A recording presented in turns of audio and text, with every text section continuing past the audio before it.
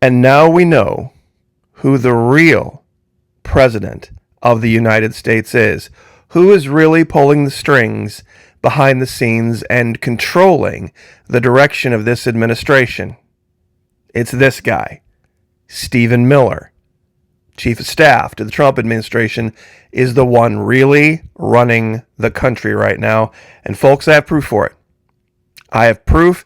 It came out of the mouth of the press secretary for the White House, Caroline Leavitt. Now, month and a half ago, I started making videos saying that the president would not be well served to, let's see how I can put this tactfully, choose members of his administration based on how they appear in a tank top. We've seen multiple examples of this now, and this young 27-year-old just gave up the fact that she was, in fact, 27 years old and has no idea about the history of what she speaks. For those of you who are interested in seeing this evidence now, stick around. We're going to listen to her actual words. I'm going to play a section of video, and it's going to show that she was fed a line to feed the press, and had she really understood basic high school history, she would have never said it. Now, real quick, as always, I want to say thank you to everyone who continues to join us, Florida Maquis Patreon channel as well. We've got 2 brand spanking new videos up over there for the unit commanders and the brigade commanders. There's 4 levels over there. Those are the 2 highest. $2 a month, $5 a month, 10 or 15, whatever you choose. It's all fully refundable. First 90 days, no questions asked. God bless all of you who are over there. Thank you so much. I never want to forget biblical values, being thankful always for everything that we are given. Now, let's get right to it. Let's get right to what she said. And a lot of people listen to this and they applauded and they rooted, but then some people were like, wait a minute. That line couldn't possibly have come from a 27-year-old. So without any further delay, let's listen to this. It's only about 30 seconds or so. And something different. There is now a member of the European Parliament from France who does not think the U.S. represents the values of the Statue of Liberty anymore. They want the Statue of Liberty back. So is President Trump going to send the Statue of Liberty back to France? Absolutely not. And my advice to that unnamed low-level French politician would be to remind them that it's only because of the United States of America that the French are not speaking German right now. So they should be very grateful to our great country. Kelly. And there you have it. Referencing, of course, that it was the U.S. and Normandy and D-Day and all that stuff, not understanding the complete history of France and their role in the establishing of this country. You see, anybody who understood just very basic high school history would say that, well, yeah, but without the French, the U.S. would still be living under a king. There would still be royal decree and rule in the colonies. We would still be the colonies of Great Britain, the colonies of the British Empire. There would have been no replacing the throne with what the British have now as far as government goes. The French saved our ass. And you can even watch The Patriot, the movie, where they tell this story of the French intervention. The French brought weapons, the French brought uniforms, the French brought training as to how to fight the British. And that's why the British gave up. It's just absolutely moronic. Oh, but wait. There's more to it than even that. Quick poll. Show of hands down in the comments section. You have 2 choices. Choice number 1. We lose World War II. And we are now under German rule and speaking German. That's choice number 1. Choice number 2 is that your little girls at school are now forced to undress in front of little boys. It's no.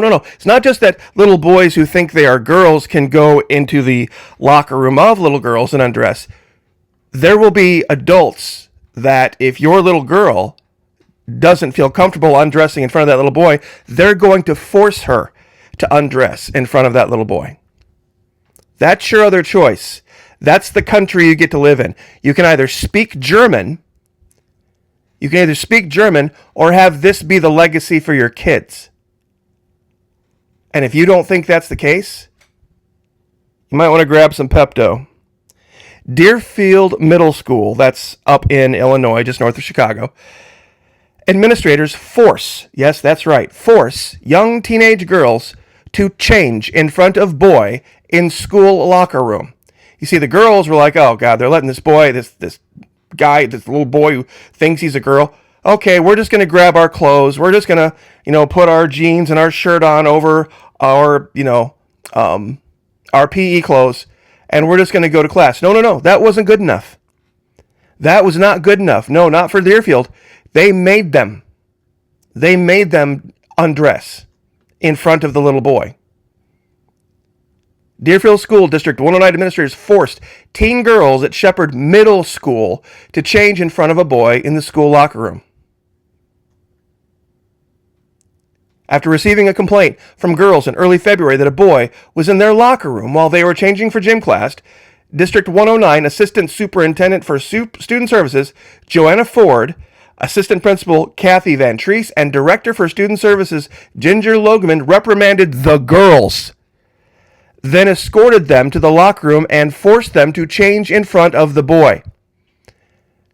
Parent Nicole Georgas, whose daughter refused and ran out of the locker room, described her daughter's experiences to the school board Thursday. Now, you ready for this? They had this local tete-a-tete, this little group meeting that they were going to have to try to get to the bottom of what was happening here. And the school board meeting attracted a horde of cross-dressing activists from around the Chicago area who came to speak, you ready for this? In favor of requiring teenage girls to undress in front of teenage boys who pretend to be girls.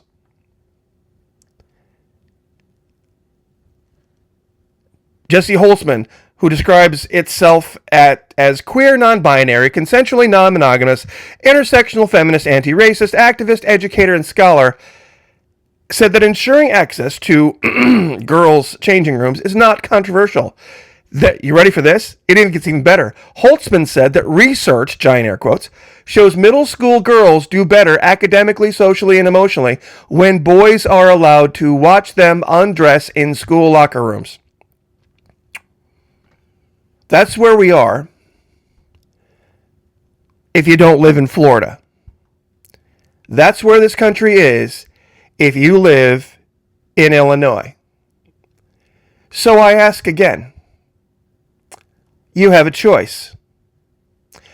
You could have been speaking German and maybe things wouldn't have been quite as money-oriented the last, 75 years? Or this. Because this wouldn't have happened under National Socialists. This wouldn't have happened under National Socialists. Period. End of discussion. If you don't think who your governor is matters, think again. You see, J.B. Pritzker's a very rich man as well, just like Mr. Trump. But funny, Mr. Trump isn't doing a damn thing about this, is he? Mr. Trump isn't doing one goddamn thing about this in Illinois, and nobody's even reporting it. Our governor did something about this in Florida on April 30, 2021. Yep, that's right, 4 years ago. We signed a bill. If this was Florida, this would have never been tried in Florida. If somebody had lost their minds and tried this, there would have been hundreds and hundreds of armed parents. There would have been no kids going back to that school. That little boy he would have been the only kid. He'd have been the only kid in that school. The kids wouldn't have gone back. Well, Florida, there's no way. There's no way. And the funny thing about her statement about, the French should be thankful that they're not speaking German. It's a meme, for Christ's sake, in Europe. It's a meme. At least I'm not speaking German. All these European countries that have been overrun. At least we aren't speaking German. At least we don't speak German. I mean, this little, I mean, bless her heart, she's a child. She's 27 years old, but she's a child. They talk this big game about, oh, we're going to deport these people, and we put these people on the plane, we send them to Nicaragua, where was it? Central America somewhere, big prison. Down there, all these gang members, and they're all about this. There are a lot of folks in this country right now that are thinking that maybe we fought on the wrong side in World War II.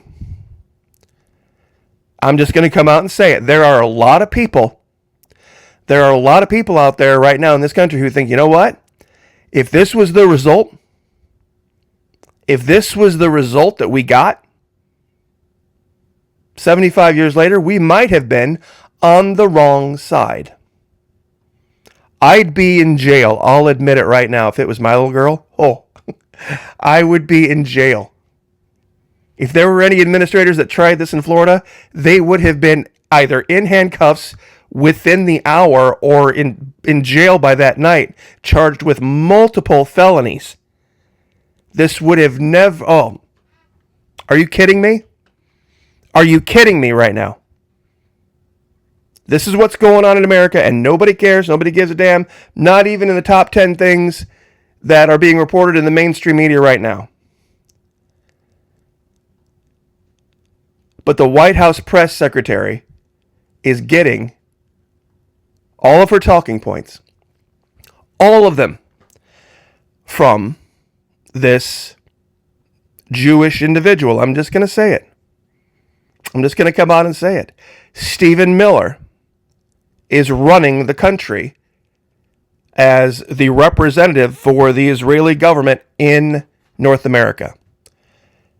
Trump ain't got nothing to do with anything. This is why you haven't seen the Epstein files. And you never will see the Epstein files.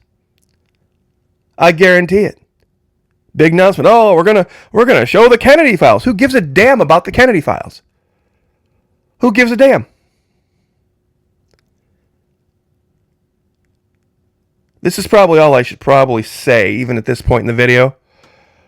For those of you that are unaware, the way the algorithms work, that the things that you say in the early part of the video fall under a great deal more scrutiny than the things you say in the end of a video. That having been said, next time you hear Caroline Leavitt talk, just picture this guy. Because he's the one telling her exactly what to say. There's only one group of people who would have made the comment that the French should be thankful to America, because if it wasn't for America, they'd be speaking German. There's only one group of people out there that would see the French relationship with North America and America in general in that light, with no context as to the original founding fathers. Because that group of people actually doesn't care much for the founding fathers of this country. You see, that's a dirty little secret you really can't talk about, can you? Israel, the Jews, weren't a great, humongous fan of the founding fathers, and the sentiment went both ways. I'll leave that there. Probably way more than I shouldn't have said. So, I guess I'll ask you, what's your choice? What's your choice? Speaking German? Little boys ogling your daughter as she gets undressed, and she can't not undress. She's not allowed to not undress. She must undress in front of the little boy. Because that's exactly what's going on right now in Illinois. Deerfield Park. I'll give you the link down in the first pinned comment, or you know what, I'll even put it in the description as well. So, once again, if there was ever a time to pray for each other, God bless. Pray for me, I'll pray for you. Pray for this country. Lift each other up. Like, share, subscribe. We'll see you guys next time.